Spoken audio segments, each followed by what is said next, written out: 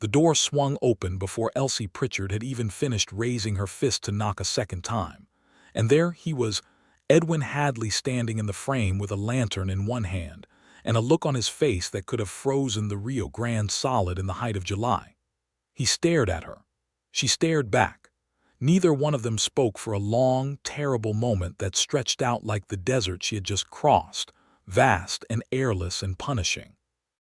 Then Edwin Hadley, the man whose name she had carried like a stone in her chest for 4 months, the man whose photograph she had pressed between the pages of her Bible, the man she had sold her mother's silver brooch to follow, opened his mouth and said, "You should have sent a letter."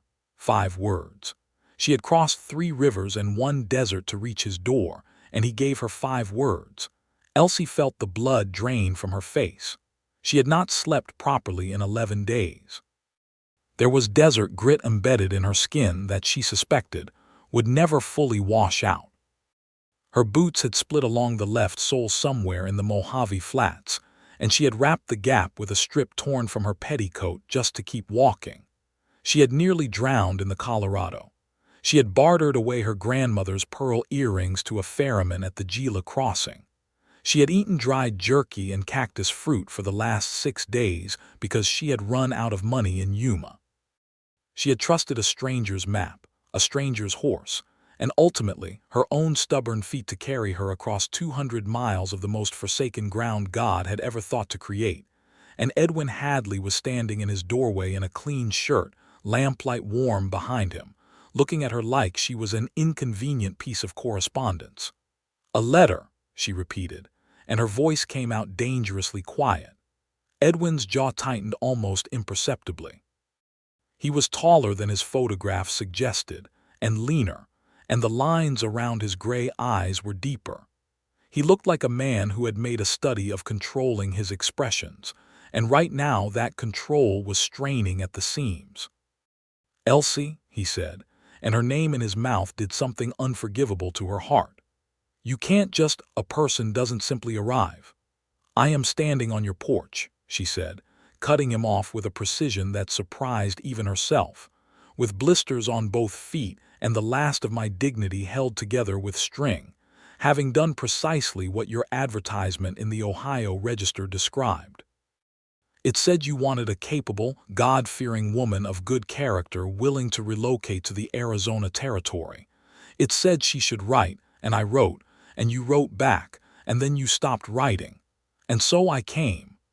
The lamp in his hand flickered in a breath of desert night air. "You should have waited," Edwin said, but something in his voice had shifted, something that sounded less like conviction and more like fear. And that was the moment Elsie Pritchard understood that the real story was not simple at all. The betrayal had not come from where she expected it. The secrets Edwin Hadley was keeping were not the ordinary kind. And the journey she thought was behind her was, in every way that mattered, only just beginning. Let us go back. Let us go all the way back to the beginning. Because this story starts, like most stories worth telling, with a woman who had nothing left to lose and a decision that changed everything. It was February of 1878 when Elsie Pritchard first read the advertisement in the Columbus, Ohio Register. She was 26 years old, sitting in the cramped back parlor of a boarding house on Maple Street, and the parlor smelled of boiled cabbage and disappointment. She had been living there for 3 months, ever since the shop where she worked as a seamstress had burned down in a fire that the owner refused to acknowledge had been caused by his own carelessness, taking with it her wages for the month, her sewing tools, and the small future she had been stitching together stitch by careful stitch. She had no family left in Columbus worth speaking of. Her father had died of a fever when she was 17. Her mother had followed him 2 years later with a grief that dressed itself up as pneumonia. She had one brother, Thomas, who had gone west with a mining company in 1874 and whose letters had stopped arriving in 1876, which was either a sign that he was very busy or a sign that something had gone wrong, and she had not yet decided which possibility frightened her more. She was not a woman who frightened easily. That was important to understand about Elsie Pritchard. She was 5 feet and 4 inches of well-constructed stubbornness, With dark brown hair she wore in a practical knot at the base of her neck, and brown eyes that people often described as warm until they said something foolish and discovered the steel underneath the warmth. She had been told she was pretty in a quiet, serious way, which she suspected was how people described women they respected but didn't quite know what to do with.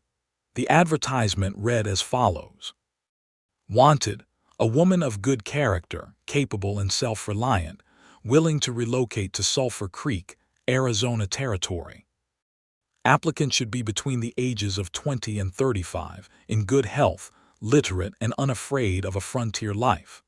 Owner of a working cattle ranch of 200 acres, seeks a wife and partner in the building of a life in the West. No fortune required. Integrity essential. Respond in writing to Mr. Edwin Hadley, Sulphur Creek, Arizona Territory. Elsie read the advertisement twice. Then she set down the newspaper and looked out the frost-filmed window at the gray Ohio sky, and she thought about it for exactly 4 minutes. Then she picked up her pen. She wrote Edwin Hadley a letter that was 3 pages long. She told him the truth about herself, which she figured was either going to attract him or repel him, and either outcome would be useful information. She told him she had no money to speak of, that she was a hard worker with skills in sewing, cooking, and basic veterinary care she had learned from her father who had kept horses. She told him she was not afraid of hard work or silence or difficulty. She told him she had seen enough of life to know that comfort was a luxury, and that character was the only currency that lasted. She told him she was interested in the West not as a romantic notion, but as a practical one. She told him she thought his advertisement was oddly honest for a matrimonial notice, and that she appreciated honesty above nearly all other qualities. Then she sealed the letter and mailed it, and did not allow herself to think about it again. 3 weeks later, Edwin Hadley wrote back. His letter was 2 pages, and it was careful and deliberate in a way that told her he had probably written several drafts before settling on this one. He told her about his ranch, which he called Dry Creek Quarter, a name she found endearingly unpretentious. He told her it was good land with a water problem he was working on solving, which she appreciated for its honesty. He told her he had been in Arizona since 1872, that he had come from Pennsylvania originally, that he was 31 years old and had never been married, which at his age in the West meant either he was very particular or there was something wrong with him, and he seemed to anticipate this thought because he wrote, I imagine you are wondering why I have not yet married, and I confess I am not entirely sure of the answer myself, except that I have always believed a wrong match was worse than no match, and I did not wish to make a mistake I could not undo. She read that sentence 4 times. She wrote back. He wrote back. And then they were corresponding, once every 2 weeks through March and April and into May, and the letters grew longer and less careful, and somewhere in the 4th exchange she realized she was looking forward to his letters with an intensity that was becoming difficult to justify as mere practicality. Edwin wrote about the land with a restraint that somehow made it vivid. The way the sky went 10 different colors at sundown, the way the desert smelled after rain, the particular quality of silence in the canyon country that was not empty but full, like a held breath. He wrote about his cattle with a dry humor that made her laugh alone in her boarding house room, and she suspected he was a funnier man than he perhaps let on to most people. He wrote in the 5th letter that he thought she sounded like someone worth knowing. She sat with that sentence for a long time. It was not a romantic declaration. It was better than a romantic declaration. It was Edwin Hadley telling her the truth. She wrote back that she thought the same of him. By June, there was an understanding between them, unspoken but present in every careful sentence, that she was going to come to Sulphur Creek. Edwin had sent in his last letter a description of how to get there by rail and then by stage, a journey of roughly 2 weeks from Columbus with several changes. He said he would meet her in Tucson if she could write to say when she was coming, and they could travel the last 50 miles to Sulphur Creek together. And then the letters stopped. She waited. She wrote again in July. She wrote again in August. Nothing. No response. No explanation. Just silence, absolute and disorienting, from a man who had never before taken more than 2 weeks to write back. She asked herself the logical questions. She asked whether he was ill or dead, or whether the letters were being lost somewhere in the vast, unreliable machinery of frontier postal delivery. She asked whether he had changed his mind and lacked the courage to say so, which seemed inconsistent with everything she knew of him, but was not impossible. She asked whether something had happened on the ranch that demanded all his attention. And then, in September, her landlady informed her that the boarding house rates were increasing by 30% beginning in October due to improvements she could not actually afford. And Elsie Pritchard looked at the window and the gray Ohio sky and the letter she had already written 3 drafts of and not yet sent, and she made the decision. She was going to Sulphur Creek, not because she was reckless, not because she was desperate, though desperation had a hand in it, but because Edwin Hadley had written her 9 letters over 5 months, and in 9 letters he had not once been dishonest with her, and she did not believe a man like that simply vanished without a reason. And she wanted to know the reason. Whatever the dark past was that had silenced him, whatever the hidden motive or the trap or the forced choice, she wanted to know it from his face. She sold her mother's silver brooch to a pawnbroker on Front Street who gave her $5 less than it was worth, and she thanked him anyway. She packed everything she owned into a single carpet bag and a small trunk, and she bought a train ticket to St. Louis. From St. Louis, she took the train southwest to Kansas City, and from Kansas City, she found passage on a wagon freight train heading toward Albuquerque. The wagon master was a broad-shouldered man named Connolly who said very little, but ran a tight, safe operation, and Elsie was grateful for his competence if not his conversation. There were 9 other passengers on the wagons, mostly men, a few of them rough in ways she had learned to navigate without drama.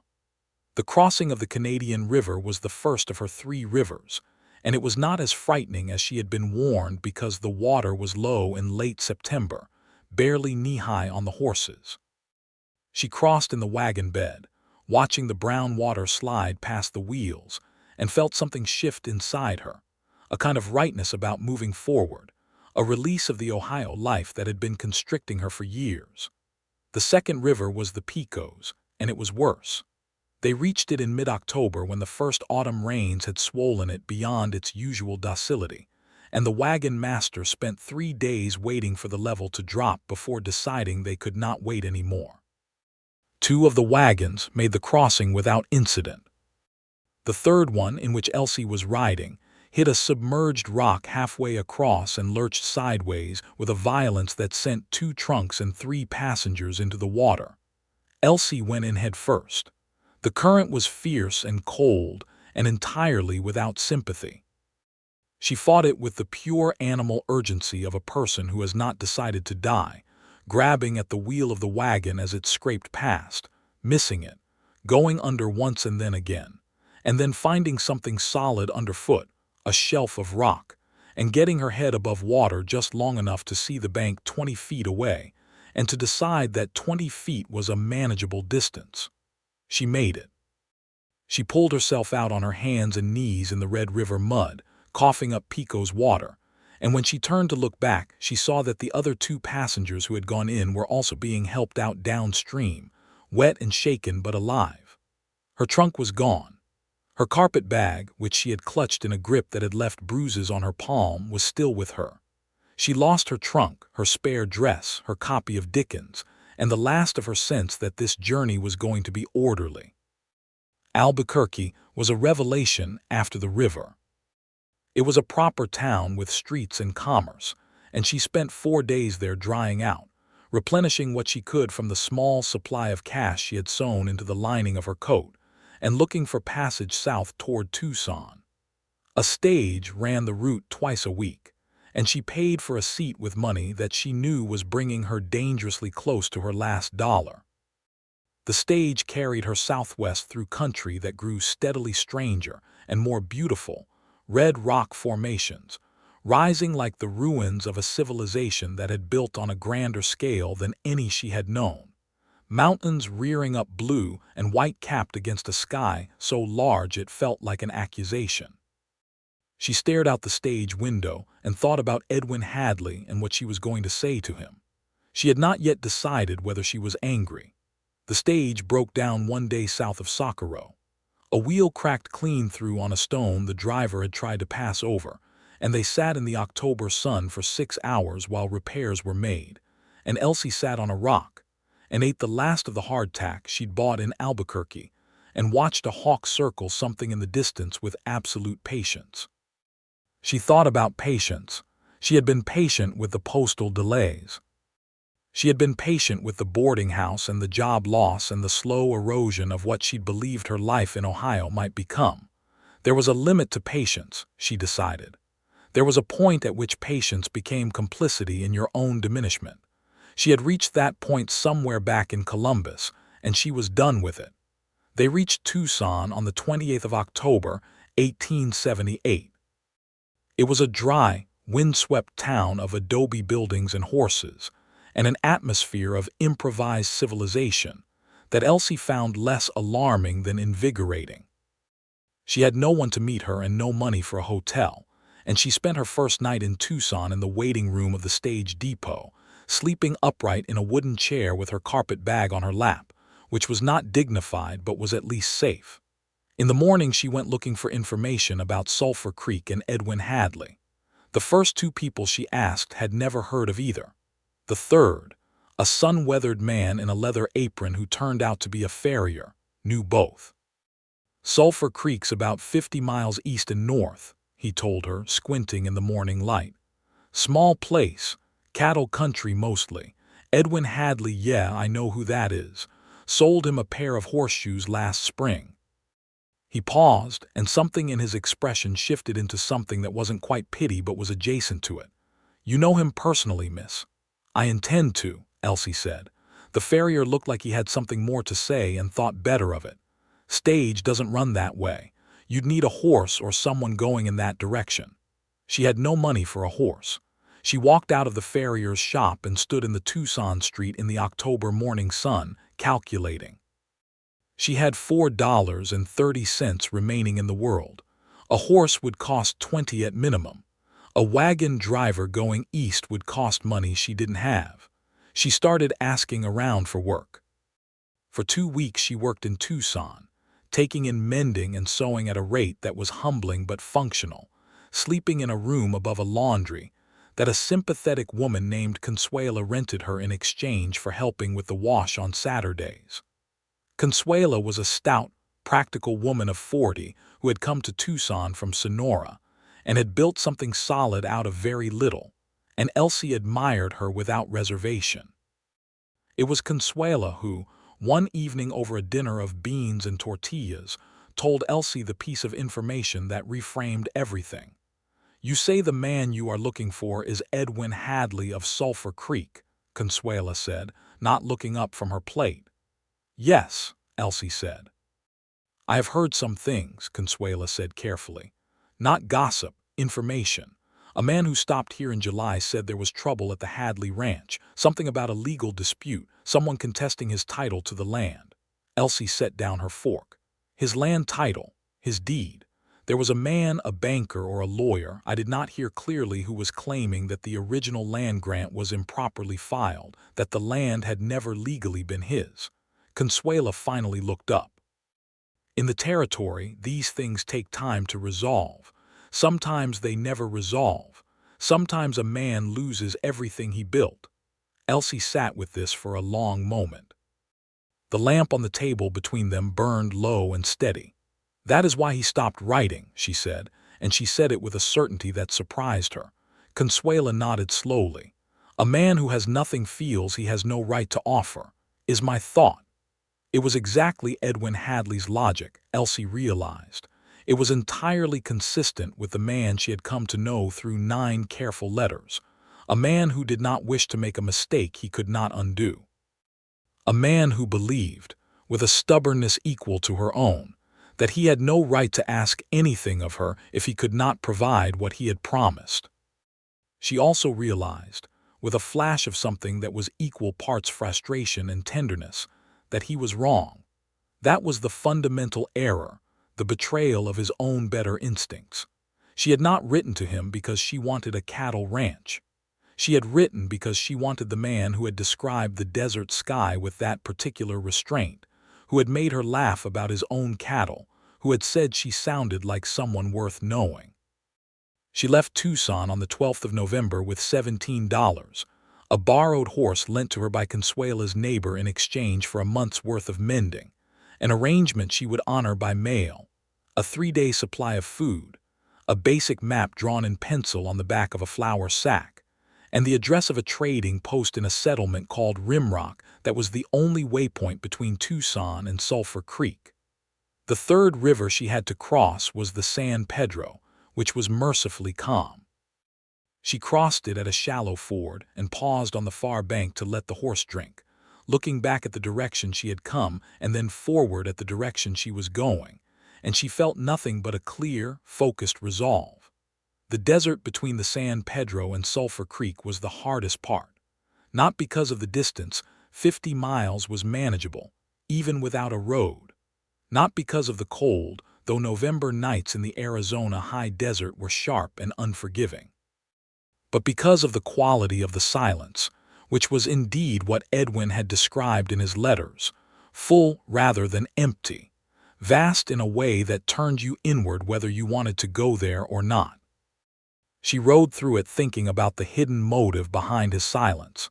She had settled on the conclusion that he had been trying to protect her, and she had decided that, while his intention was generous, the execution was presumptuous.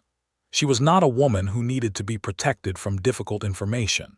She was a woman who needed accurate information so she could make her own decisions, which was entirely different. She was also thinking about fear. Not her own fear, she had managed that, but his. Edwin Hadley was, she believed, a man who was afraid of one specific thing, and that thing was not failure. It was not poverty or hardship or even the loss of his ranch. The thing he was afraid of was bringing someone down with him. The thing he was afraid of was her arriving and finding nothing worth arriving for, and having that be his fault. She understood this because she had a version of the same fear, which was why she had told him the truth in her first letter rather than presenting herself as more comfortable or more settled than she was. She had preemptively refused to pretend. They were, she thought as she rode through the desert dark under a sky extravagant with stars, going to have a very interesting argument when she arrived. She reached the trading post at Rimrock in the early afternoon of the second day. It was a low adobe building with a horse corral and a sign that had been weathered to near illegibility, and inside it smelled of leather and tobacco and the complex history of the frontier.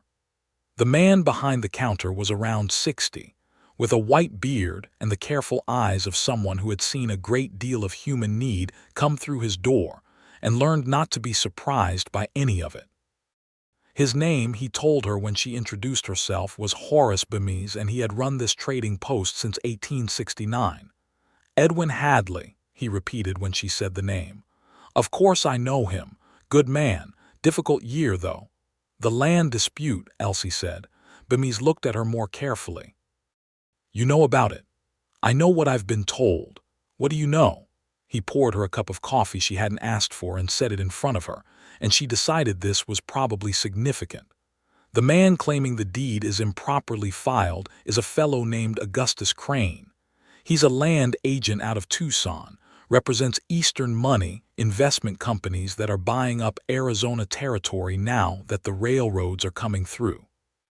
He found what he says is a gap in the original land grant filing for Dry Creek Quarter, some issue with the territorial surveyor's records from 1872, says the land was never properly transferred to Hadley under legal title. Is there any truth to it? Bemis shrugged slowly. There might be a technical problem with the filing. I don't know, but Crane's done this before. He finds technical problems that may or may not be real and he uses them as leverage. Sometimes the men he targets fight and sometimes they pay him to go away. Either way, Crane usually wins something. Elsie drank the coffee, which was terrible and exactly what she needed. Where does the dispute stand now?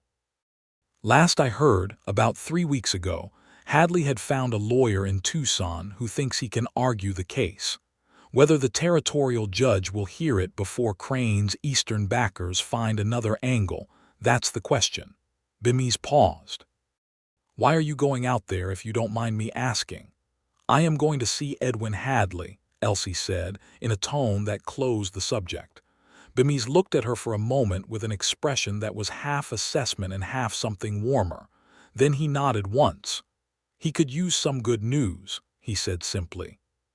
She left Rimrock the next morning with her provisions resupplied at cost, which was the kindest thing Bimise could have done, and which she made a mental note to repay somehow, eventually, when she had something to repay it with. She rode the last 20 miles to Sulphur Creek through country that was, in the late afternoon of the third day, transcendently beautiful, the light going golden and then amber across the scrub flats, the mountains in the east turning purple, the sky overhead bleeding from blue into something that had no name. She was thinking about what she was going to say. She had discarded a great many versions.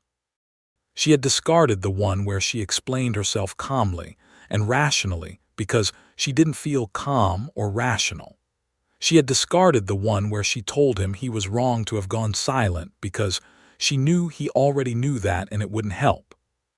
She had discarded the one where she was so obviously exhausted and disheveled that he simply felt guilty and that guilt cracked him open. In the end, she decided to say nothing prepared. She decided to say what came when she saw his face, because whatever script she constructed now would be wrong. Edwin Hadley was not a hypothetical man. He was a specific man, and she would respond to the specific version of him she found. Sulphur Creek was small, a general store, a livery stable, a saloon, a church under construction, and a scattering of homesteads and ranches in the surrounding land. The town itself was quiet on a Tuesday evening in November, the kind of quiet that wasn't threatening but was simply the frontier's natural state after dark. She stopped at the general store, which was still lit, and the woman inside, 50s, spectacles, capable hands sorting invoices, looked up without alarm. Edwin Hadley's ranch, Elsie said. Can you tell me where it is? The woman's name was Martha Garfield, and she was the wife of the store's owner, and she had a quality of attention that Elsie found reassuring. She also, unmistakably, recognized the name. Dry Creek Quarters, about 4 miles north, she said. Follow the main road out of town until you see the rock formation that looks like a broken chimney, then turn west on the track that goes up through the scrub. Thank you, Elsie said. Martha Garfield looked at her in the way people in small towns look at strangers, cataloging, curious, not unkind. You know Edwin Hadley? I am going to find out, Elsie said honestly. The 4 miles north in the dark were the longest she had ridden. Not in distance but in the quality of the time, which was thick with anticipation, and something she was reluctant to name as nervousness, because she had ridden too far and given up too much to be nervous now.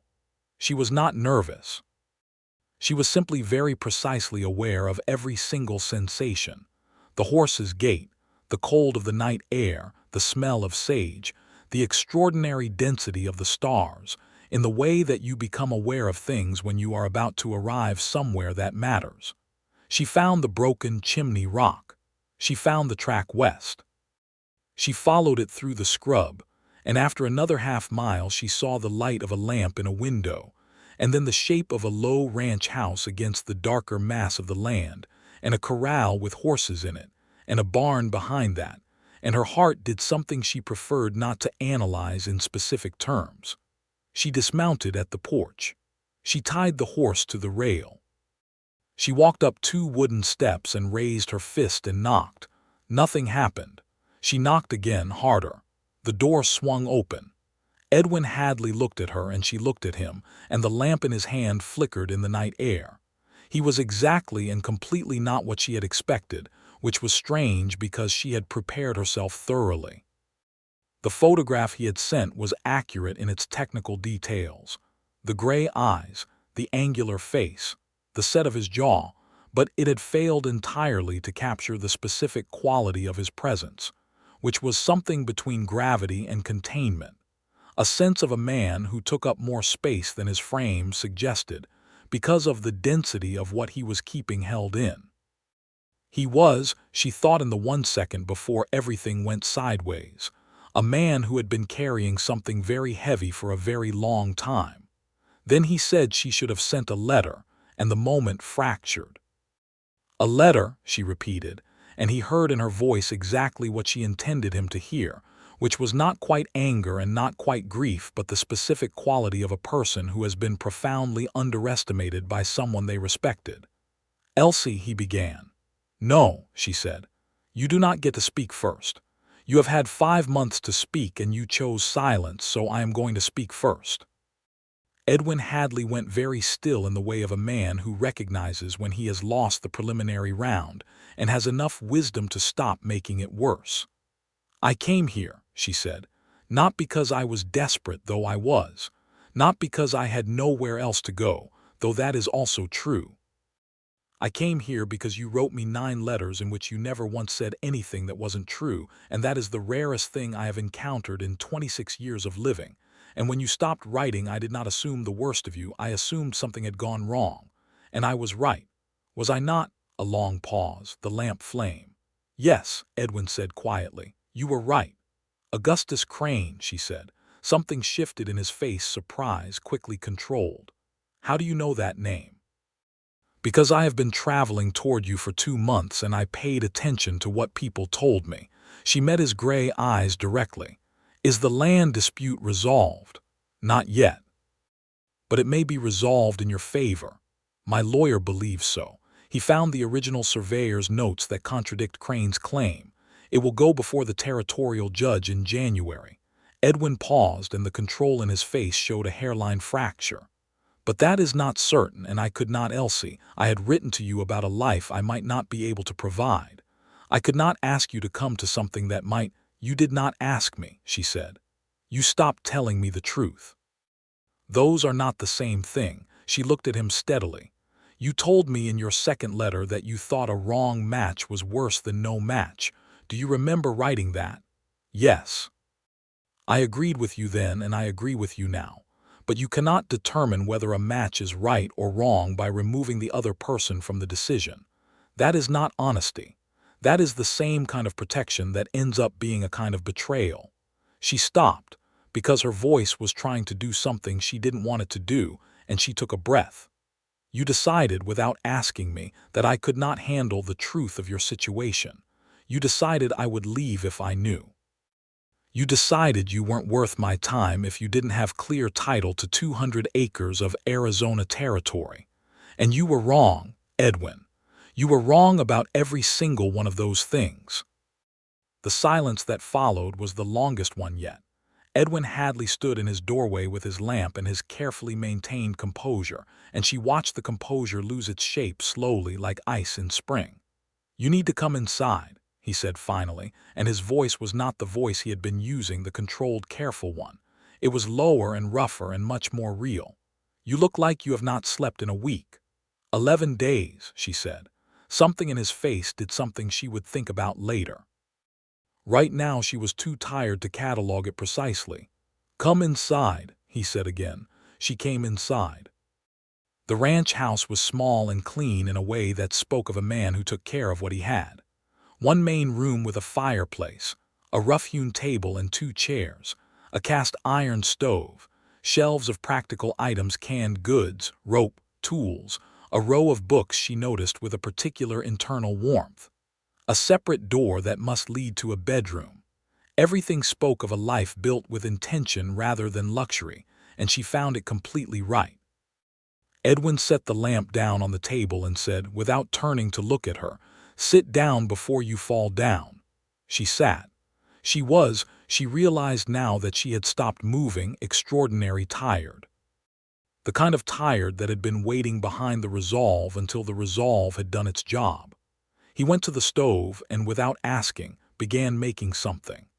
She watched his back as he moved, the efficiency of his actions, and thought that the farrier in Tucson had been right, that there was something to say about Edwin Hadley and had not said it, and she suspected now it was something generous.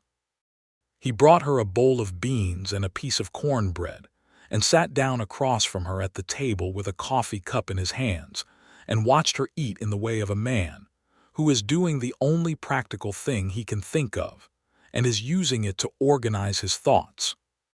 "Tell me about the river crossings," he said. She told him.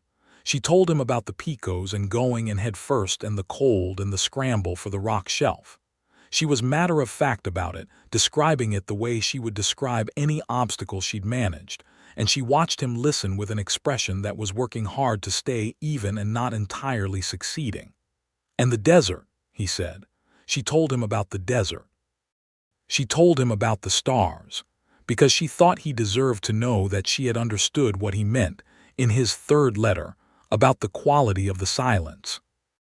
He looked at her across the rough table in the lamplight of his ranch house, and the expression on his face was one she had not expected, which was a particular kind of recognition, the recognition of a person finding something they had stopped believing they would find.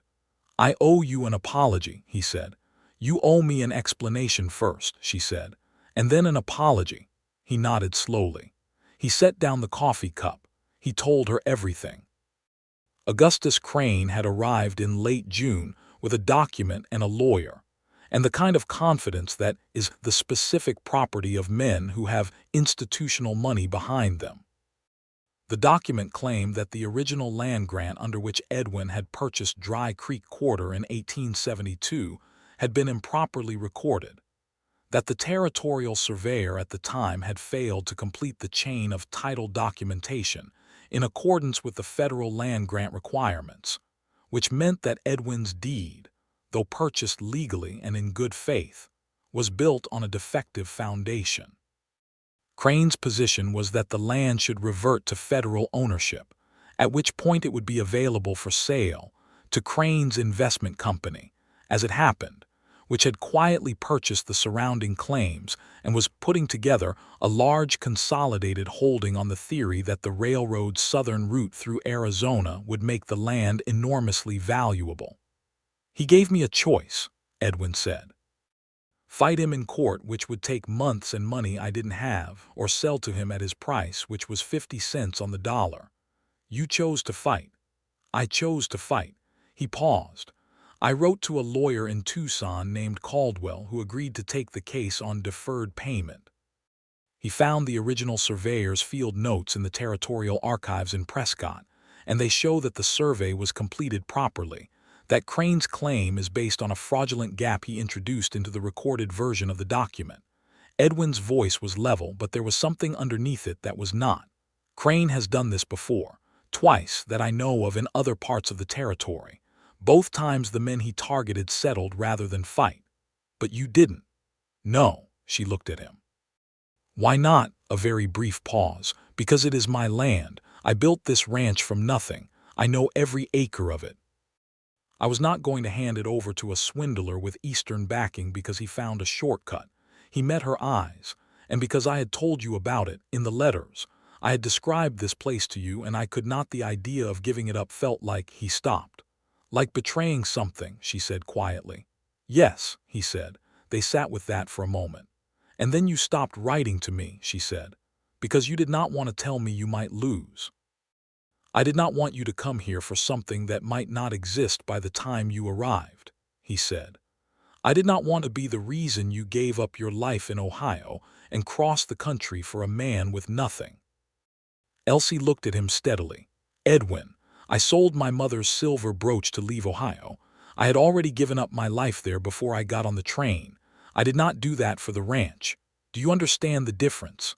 The lamp on the table between them burned quietly. Outside, the night wind moved through the scrub, making the soft sound she had heard out in the desert and found companionable. Edwin Hadley looked at her as though she had said something that reorganized the furniture of his understanding in a way he needed a moment to adjust to. "I am beginning to," he said. She finished the cornbread. She realized, having difficulty keeping her eyes fully open. The exhaustion was coming in now like a tide, now that the adrenaline of the confrontation had done its work and stepped back. "You can have the bedroom," Edwin said, reading this before she had a chance to be embarrassed by it. "I'll sleep by the fire." "That is your bed," she said. "And you have been sleeping outdoors for 2 months," he said, with a dry precision that reminded her of his letters. "Take the bed, Elsie." She took the bed. She lay down in the dark of his small spare bedroom, on a mattress that smelled of clean straw and wood smoke, and she was asleep within moments, so completely and immediately unconscious that she missed the sound of Edwin Hadley sitting up by the fire for a very long time. She woke the next morning to bright November light coming through the single window and the smell of coffee and bacon, and for a moment she did not know where she was. Then she did, and she lay still for a moment taking account of herself. She was remarkably all right. She was in Arizona in Edwin Hadley's house, after crossing 3 rivers and 1 desert, and she was all right. She got up and found her bag and took out her second dress, the one that had survived the picos, and put it on and braided her hair and went out into the main room. Edwin was at the stove. He turned when she came out, and there was a fraction of a second in which his expression did something unguarded before he composed it again. He poured her coffee and set a plate on the table. "Good morning," he said. "Good morning," she said. They ate breakfast together at the rough table in the morning light, and it was, she thought, one of the more extraordinary, ordinary things she had ever done. He told her about the ranch, the cattle he ran, currently about 80 head, the water situation which was improving with the well he'd dug the previous summer, the plans he had been making and had not been making and was uncertain about depending on how January went. "Tell me about the case," she said. "Specifically." He told her specifically. Caldwell, the lawyer, had filed the suit in the territorial court in Prescott in September. The hearing date was January the 9th. The key evidence was the original surveyor's field notes, which contradicted the altered record that Crane was relying on. Crane's lawyers had requested a delay, which had been denied. The judge hearing the case was a man named Fowler who had a reputation for fairness if not warmth. "Caldwell thinks we will prevail," Edwin said. "He would not have taken the case on deferred terms if he did not believe in it." "What does Crane do if he loses in court?" Edwin's expression shifted into something more careful. "I have thought about that. A man like Crane does not simply accept defeat. He may appeal. He may try a different angle." He paused. "Or he may attempt to make the ranch itself less valuable before the court date." Elsie felt something cold that had nothing to do with the November air. "What does that mean?" "3 weeks ago my north fence was cut. 40 head of cattle went through the gap into the canyon lands. I recovered most of them, but it cost me 5 days, and 2 of those days I was doing it alone." He said it in the flat tone of a man reporting facts, but she heard the weight behind it. "It could have been coincidence. Fences get cut. Cattle wander. You do not think it was coincidence?" "No," he said. "I do not." Elsie sat with this information. She thought about Crane and Eastern money, and the particular kind of villainy that wears good clothes and uses the law as a weapon, and she felt the anger she'd been carrying since Ohio transform itself into something more useful, which was determination. "Do you have ranch hands?" she asked. "I had 2. Johnson left in August. He had family trouble back east. Miller is still here, lives in the bunkhouse." He paused. "I have been managing with 1 man, which is 1 fewer than this operation needs." "All right," she said. He looked at her. "I can ride," she said. "Not like a cowhand, but competently.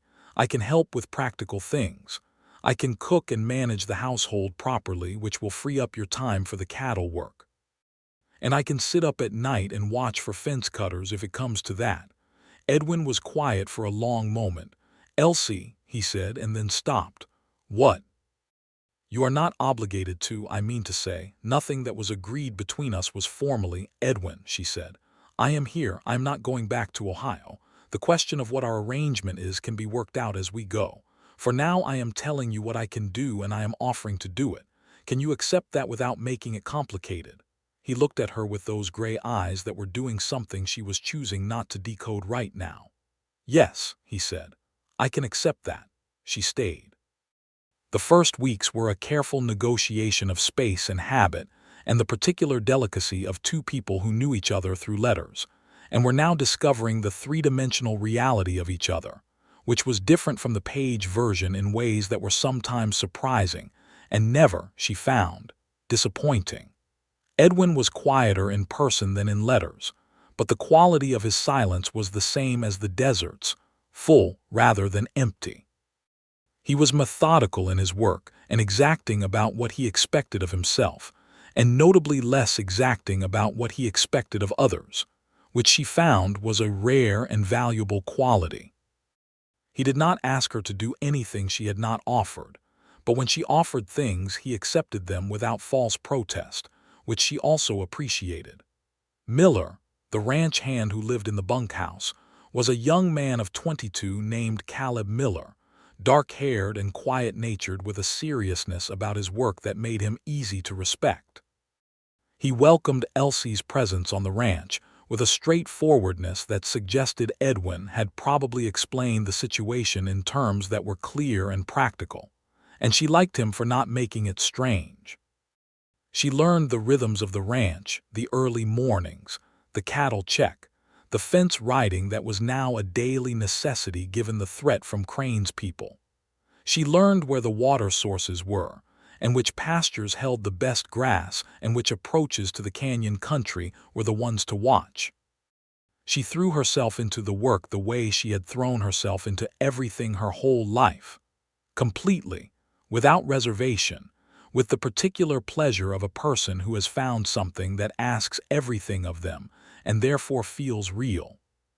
She also found the books on his shelf, which included a well-worn copy of Tennyson and a complete set of Dickens that made her heart ache for the one she'd lost in the Picos.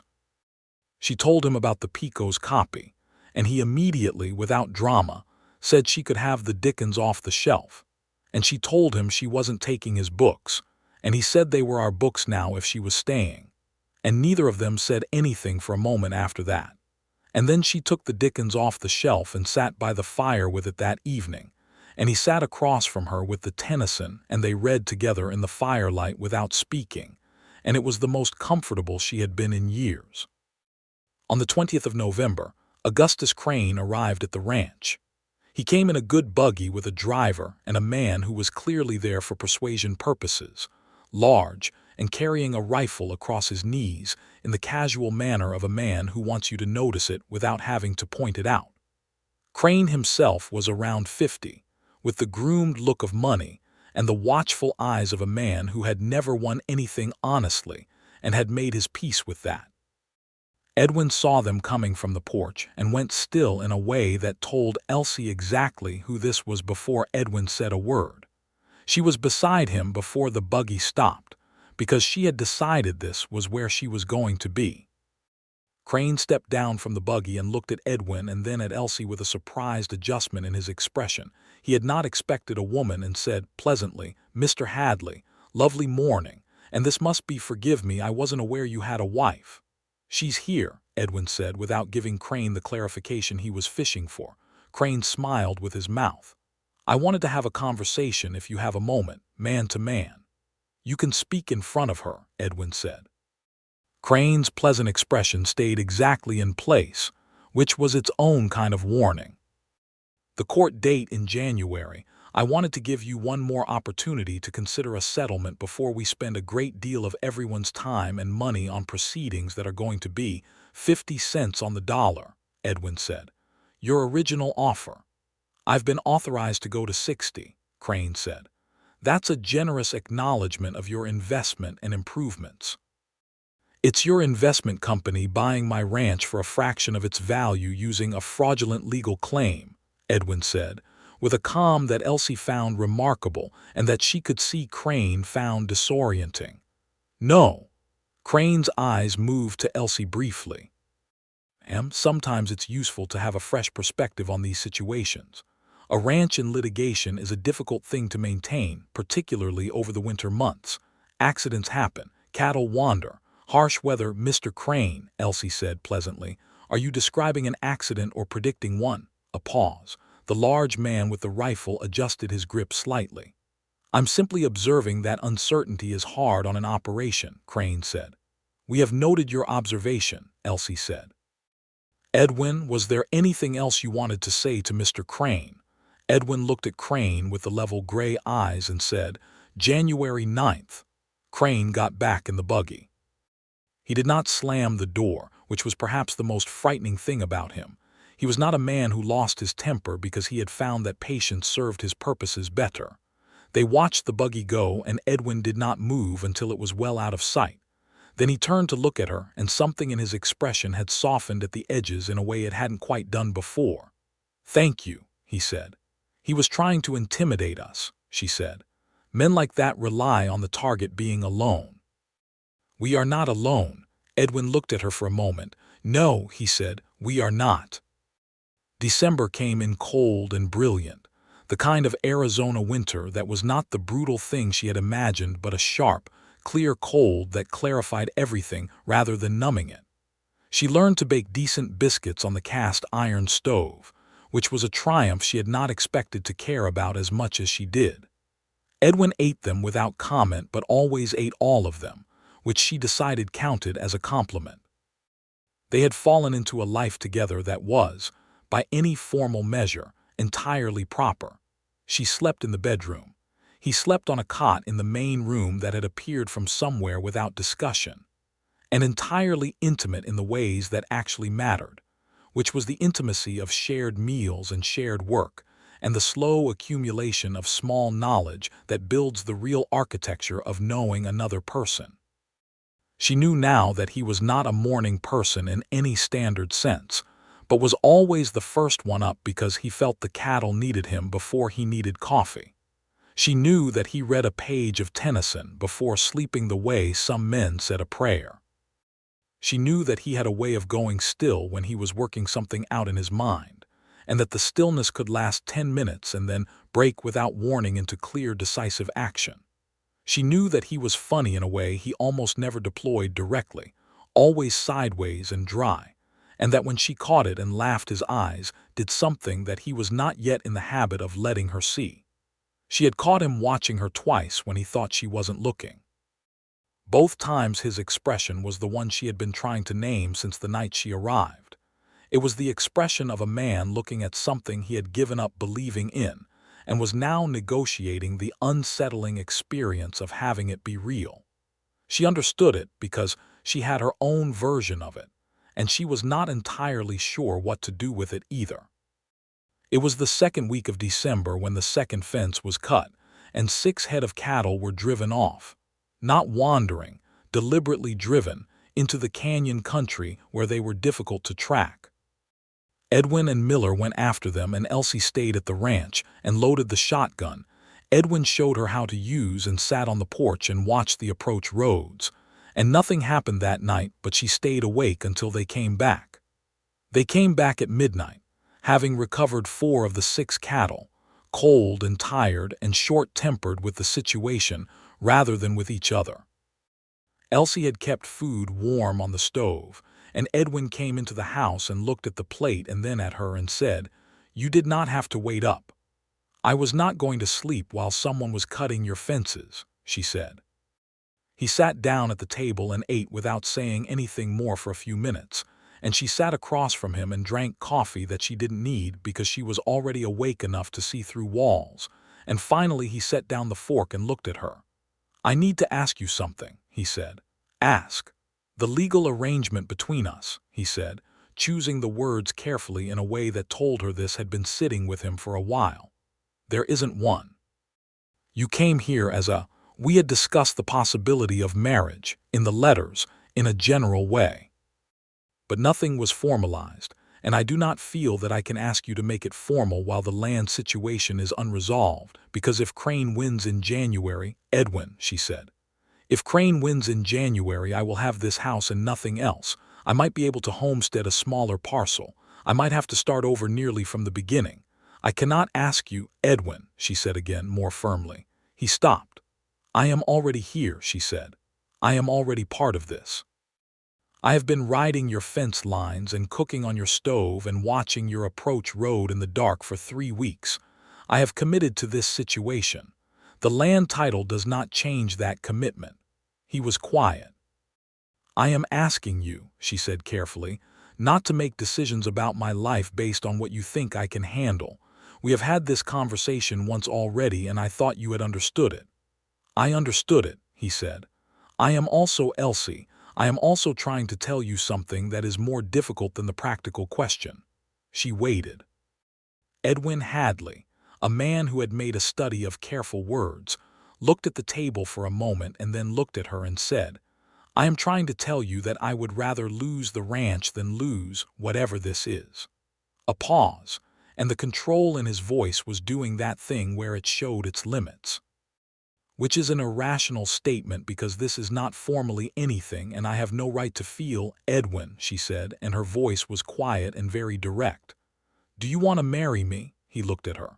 "The practical question," she said. "We can have the philosophical discussion for the rest of our lives. For right now, the practical question." "Yes," he said, "I want to marry you." "Then we will sort out the when and the how, and we will handle January and the ranch title question, and whatever Crane has planned next, and we will do all of it together because that is what we decided 3 weeks ago when I sat down at your table." She met his eyes. "Is that an agreement?" Edwin Hadley looked at Elsie Pritchard across the rough wooden table in the lamplight of his small ranch house in Arizona, and for the first time since she had arrived on his porch, he allowed his expression to do the thing it had been trying to do, which was simple and complete and unmistakable. "Yes," he said, "that is an agreement." They were married on the 22nd of December, 1878, in the church in Sulphur Creek, the one that was still under construction, with the roof completed and the pews half finished, in a ceremony conducted by the circuit preacher who happened to be passing through on his December rounds and was perfectly willing to marry 2 people who needed marrying. Martha Garfield from the general store was there, and Horace Bemis from Rimrock had made the ride in because Edwin had sent word and Bemis had apparently decided this was worth attending. Caleb Miller stood up for Edwin in the quiet, serious way he did everything. Elsie wore her second dress, the one that had survived the Picos, which was dark blue wool and had a white collar that she had spent the previous evening pressing flat by the fire. Edwin wore his good shirt and a jacket she had not seen before and had apparently been keeping for exactly this kind of occasion. And when he turned to look at her as she came in through the half-finished church door, the expression on his face was worth every single step of the 2 months she had walked to get here. The ceremony was brief and plain-spoken. The preacher, a practical man who understood that people in the frontier West had limited patience for performance and real need for what the words actually meant. They said the words clearly to each other in the presence of a small group of people who had gathered without being formally invited. Because word travels in small towns, and the story of Elsie Pritchard arriving on Edwin Hadley's porch after crossing 3 rivers and 1 desert had apparently made the rounds, and people wanted to be present for what happened next. When they left the church, it was snowing lightly, which is not common in Sulphur Creek in December but is not impossible, and Elsie stood in the light snow on the steps of the half-finished church in her blue wool dress and looked at the man beside her and thought that she had been right. He was worth every single step. Edwin looked at the snow as though it were making a personal comment, and then he looked at her with the dry sideways look that was the funnier version of him coming through. "I believe Arizona has done this specifically to complicate our ride home," he said. "I believe Arizona wanted to mark the occasion," she said. He put her hand through his arm and they walked to the horses. The new year arrived with the quiet of a frontier winter, and January brought the cold that was serious without being brutal, and Edwin made 2 trips to Tucson to meet with Caldwell and prepare for the hearing, and Elsie managed the ranch in his absence with Miller in a way that was entirely competent, and that she suspected surprised neither of them at this point. Crane sent a representative in early January, not Crane himself, but a lawyer who came with a revised settlement offer. He sat at their table and put the number at 70 cents on the dollar and spoke about certainty and risk and the wisdom of practical outcomes. And Elsie listened to the whole thing while she poured coffee, and then when he was finished she said, "Thank you for the offer. The answer is still no." The lawyer looked at Edwin. Edwin looked at Elsie. "The answer is still no," Edwin confirmed. The lawyer left. Edwin looked at Elsie across the table, and his expression had that quality again that was part recognition and part something newer, which was the warmth that grows between two people who have chosen each other repeatedly under pressure and have not regretted it once. They rode to Prescott together for the hearing, the two of them and Miller, who stayed with the horses.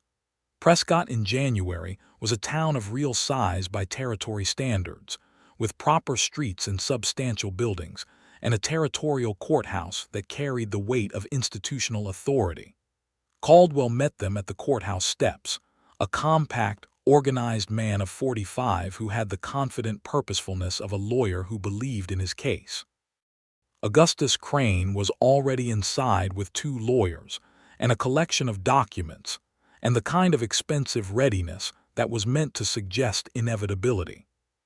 He acknowledged Edwin with a nod that was perfectly calibrated between civility and contempt, and he looked at Elsie with the recalibrating expression of a man encountering something that complicates his model of the situation. Judge Fowler was everything that had been described: fair, humorless, impatient with waste, entirely focused on the factual record.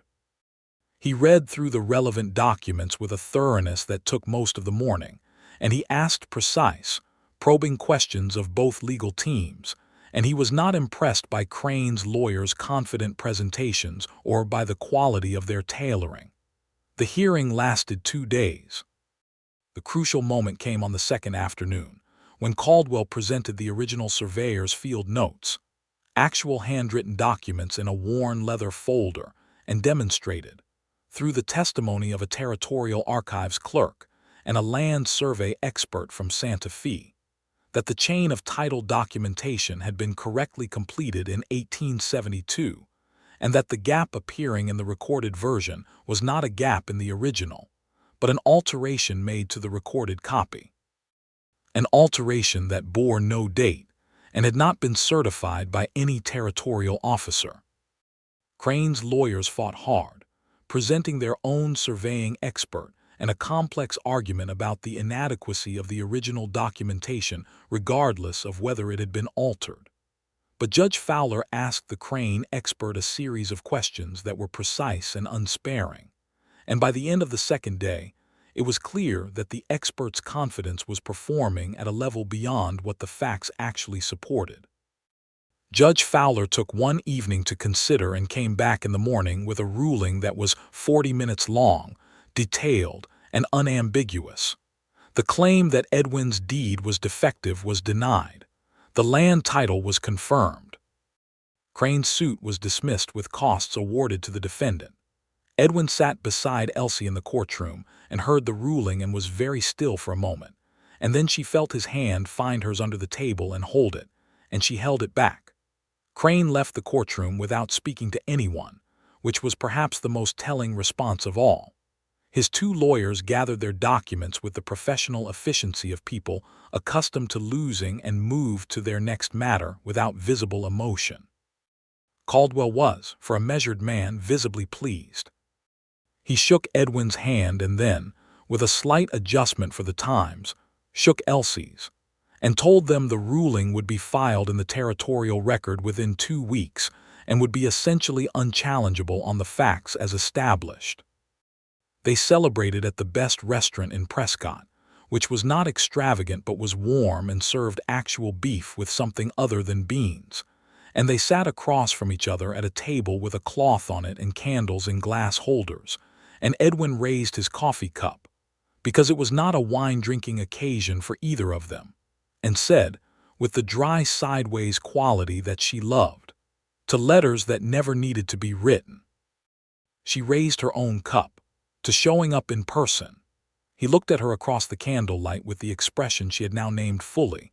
It was love, straightforward and deep, and it had been there in the lamplight on the very first night, she realized, under the shock and the control and the fear. It had been there in the 9 careful letters. It had been there in the specific quality of his silence after she arrived, the silence of a man who was recalibrating every assumption he had made about what he deserved. "I was wrong," Edwin said, "to stop writing."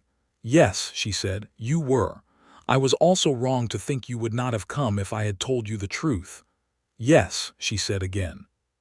"You would have come anyway. Probably faster," she said. "I would have brought a lawyer with me from Ohio." He laughed. It was a real laugh, full and unguarded, the kind she had been working toward since November, and it changed his entire face into something younger and less defended and completely herself, and she thought that this was the specific reward for everything. Not the court victory, not the ranch secured, but Edwin Hadley sitting across from her in a Prescott restaurant in January 1879, laughing, unguarded, hers.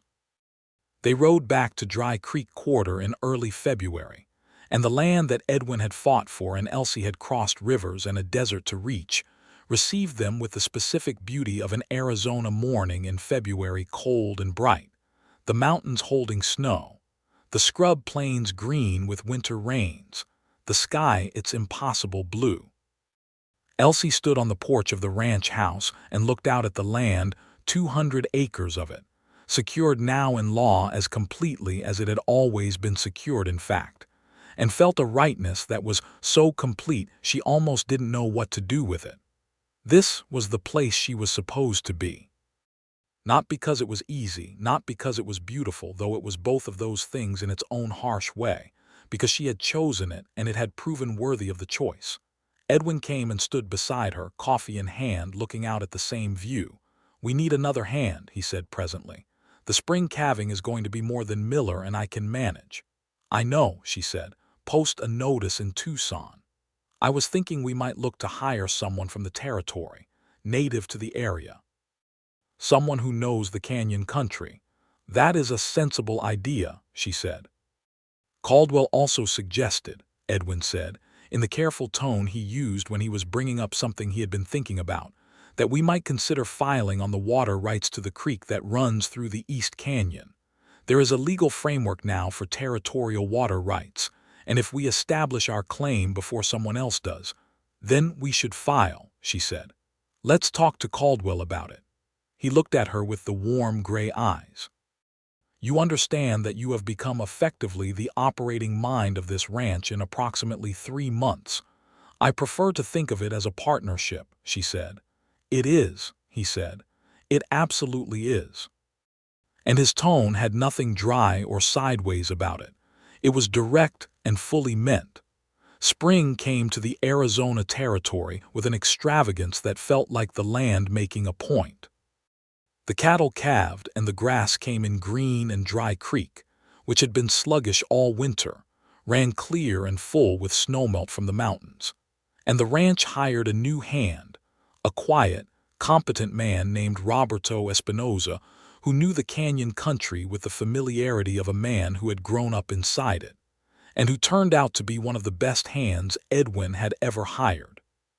Caleb Miller, who had been quiet and serious and absolutely reliable all winter, said, in April, that he was thinking of taking up a homestead claim on a parcel east of Sulphur Creek that had come available, and asked Edwin's advice on it. Edwin gave him clear, practical advice, and also, Elsie noted, told him that his work on Dry Creek Quarter had been invaluable, and that if he needed a reference for any purpose he could give Edwin's name, which was a thing that cost nothing and meant everything. Miller thanked him and looked like a young man who had worked for someone he respected and knew it, and he took his homestead claim, and they remained on good terms with their nearest neighbor, which was a useful thing in the West. Augustus Crane was not heard from again. This was not because he had reformed or reconsidered his methods. Men like Crane rarely did either.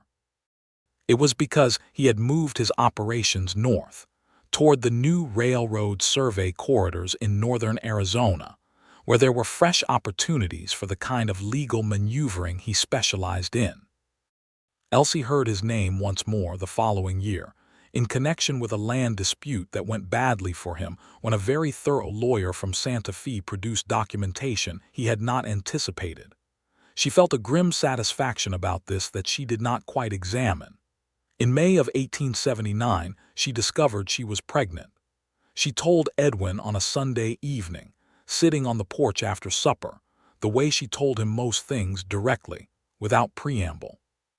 She watched his face go through several rapid transformations that were completely readable to her by now.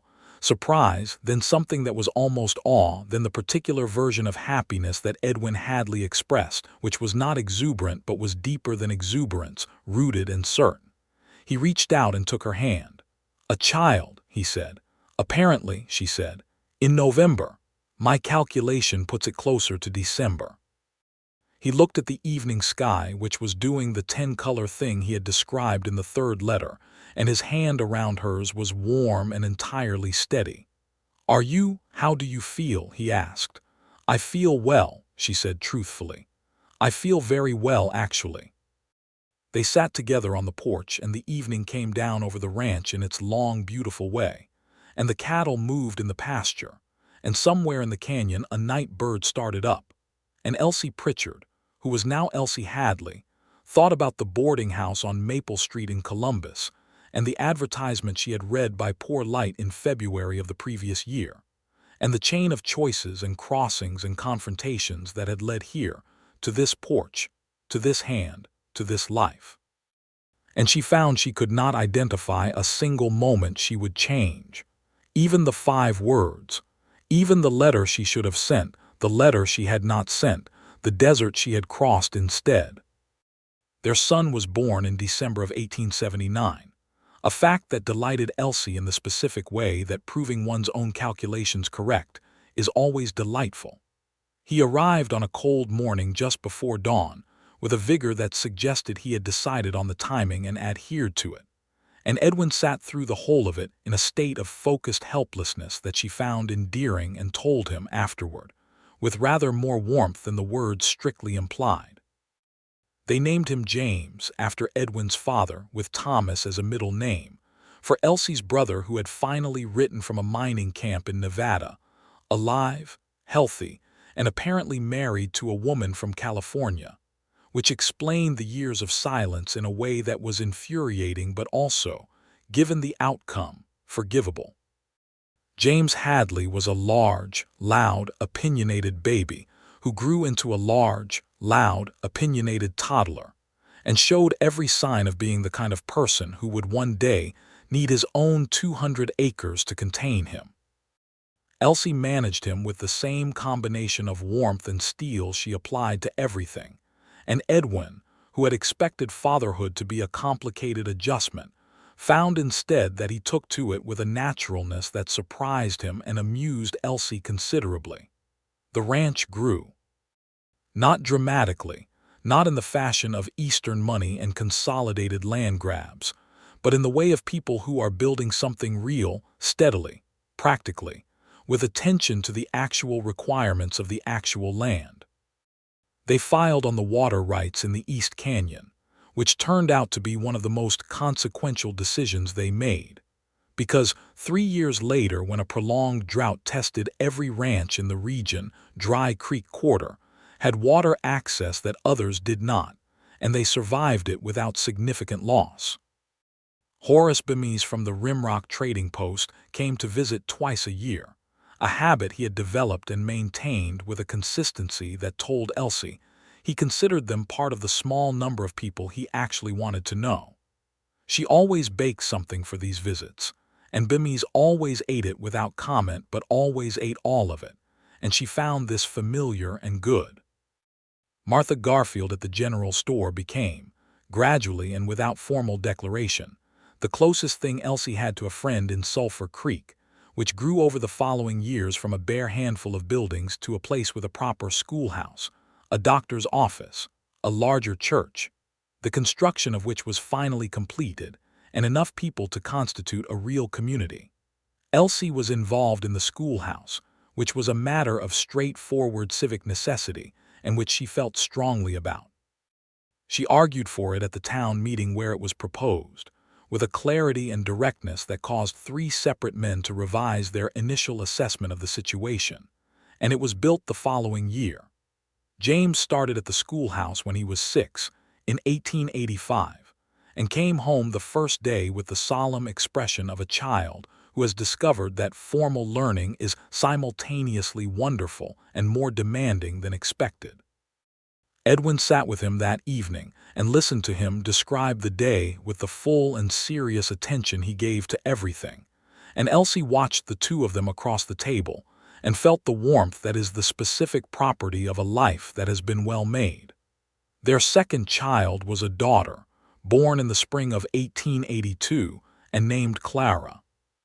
She had Edwin's gray eyes and Elsie's dark hair, and from very early on, a particular quality of watchfulness that suggested she was taking thorough notes on everything around her and would deploy them at the optimal moment.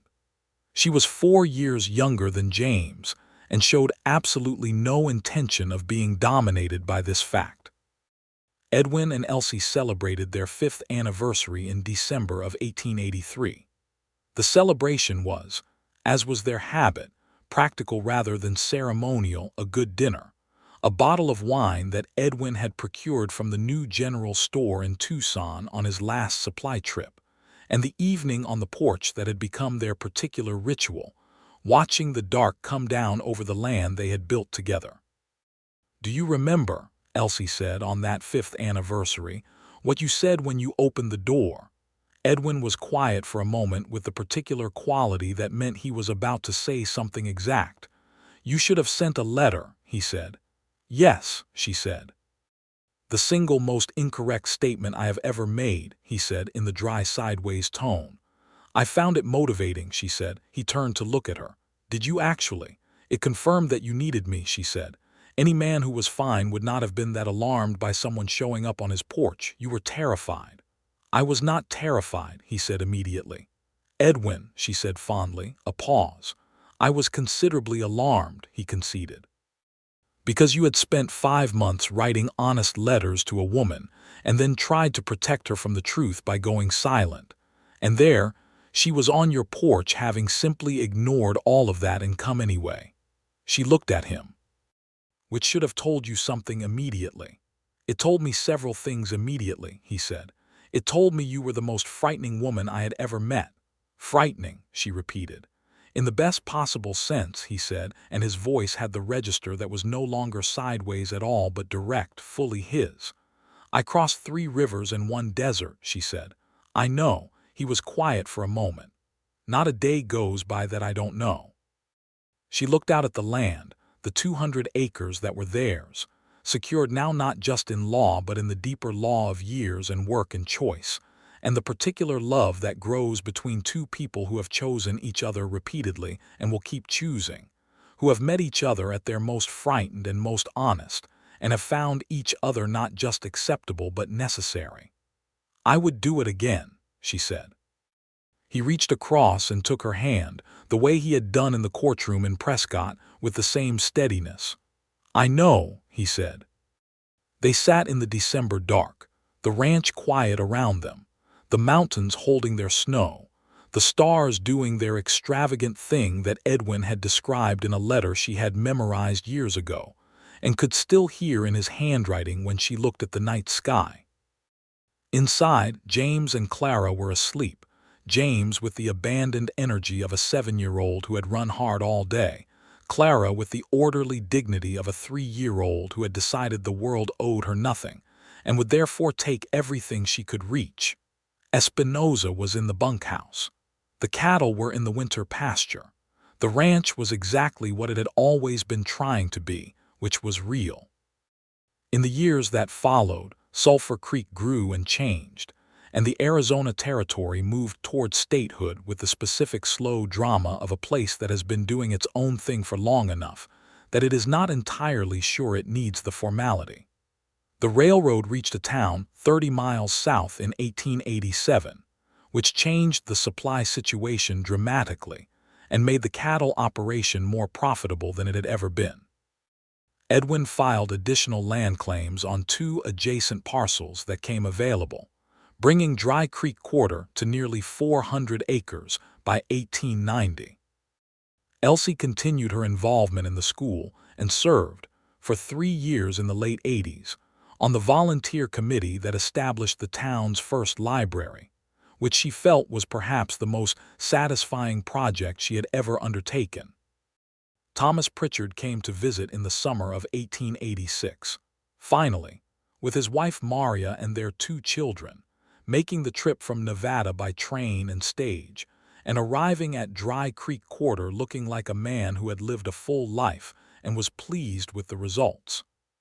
He and Elsie spent 4 days talking with the accumulated energy of 7 years of letters that had never quite covered the distance, and Edwin and Thomas established a direct and uncomplicated friendship over a shared project of repairing the north fence that needed doing anyway.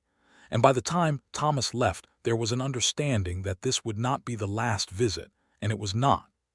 A 3rd child came in 1887, another son named William. He was born easier than James and harder than Clara, which was a particular kind of logic that Elsie accepted without comment.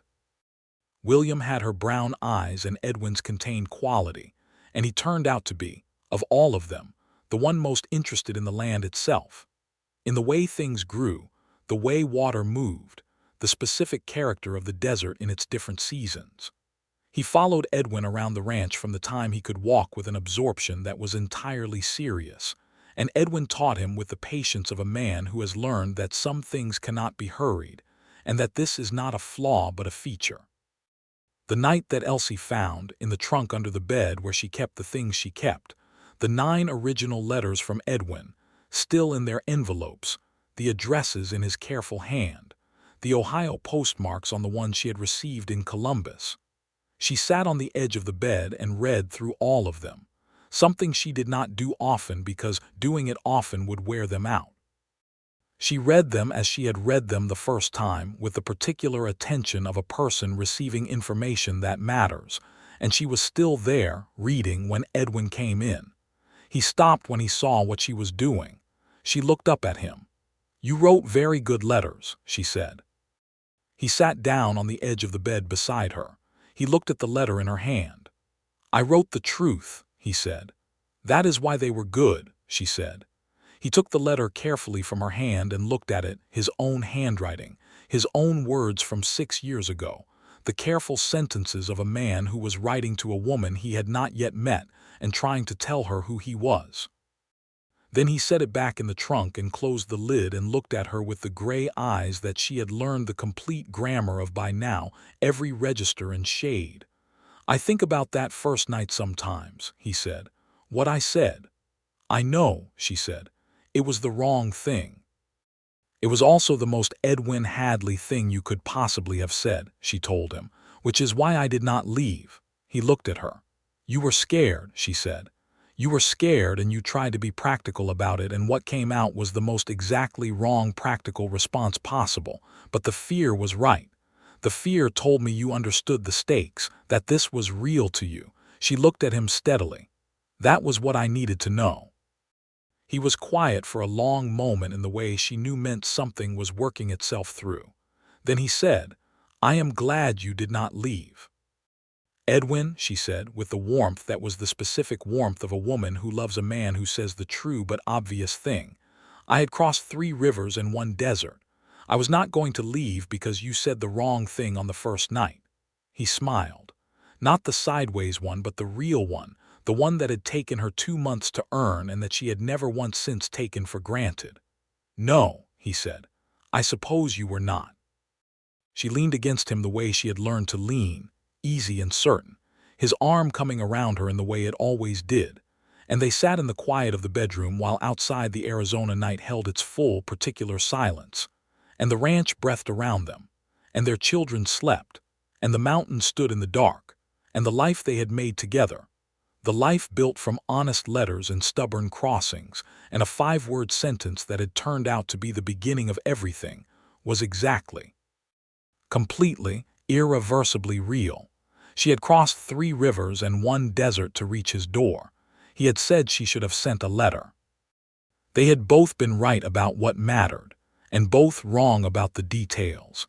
And they had spent every year since then building the specific happiness that is the reward for people who are stubborn and honest and brave enough to cross whatever rivers stand between them and the life they are supposed to have. And that, in every particular that matters, is where the story ends, not with a conclusion but with a continuation, the best kind of ending, which is not an ending at all but a life fully underway. Two people facing the same direction with their hands together, looking out at the land they built from nothing and choice, and the kind of love that is not a feeling but a decision made every morning without regret.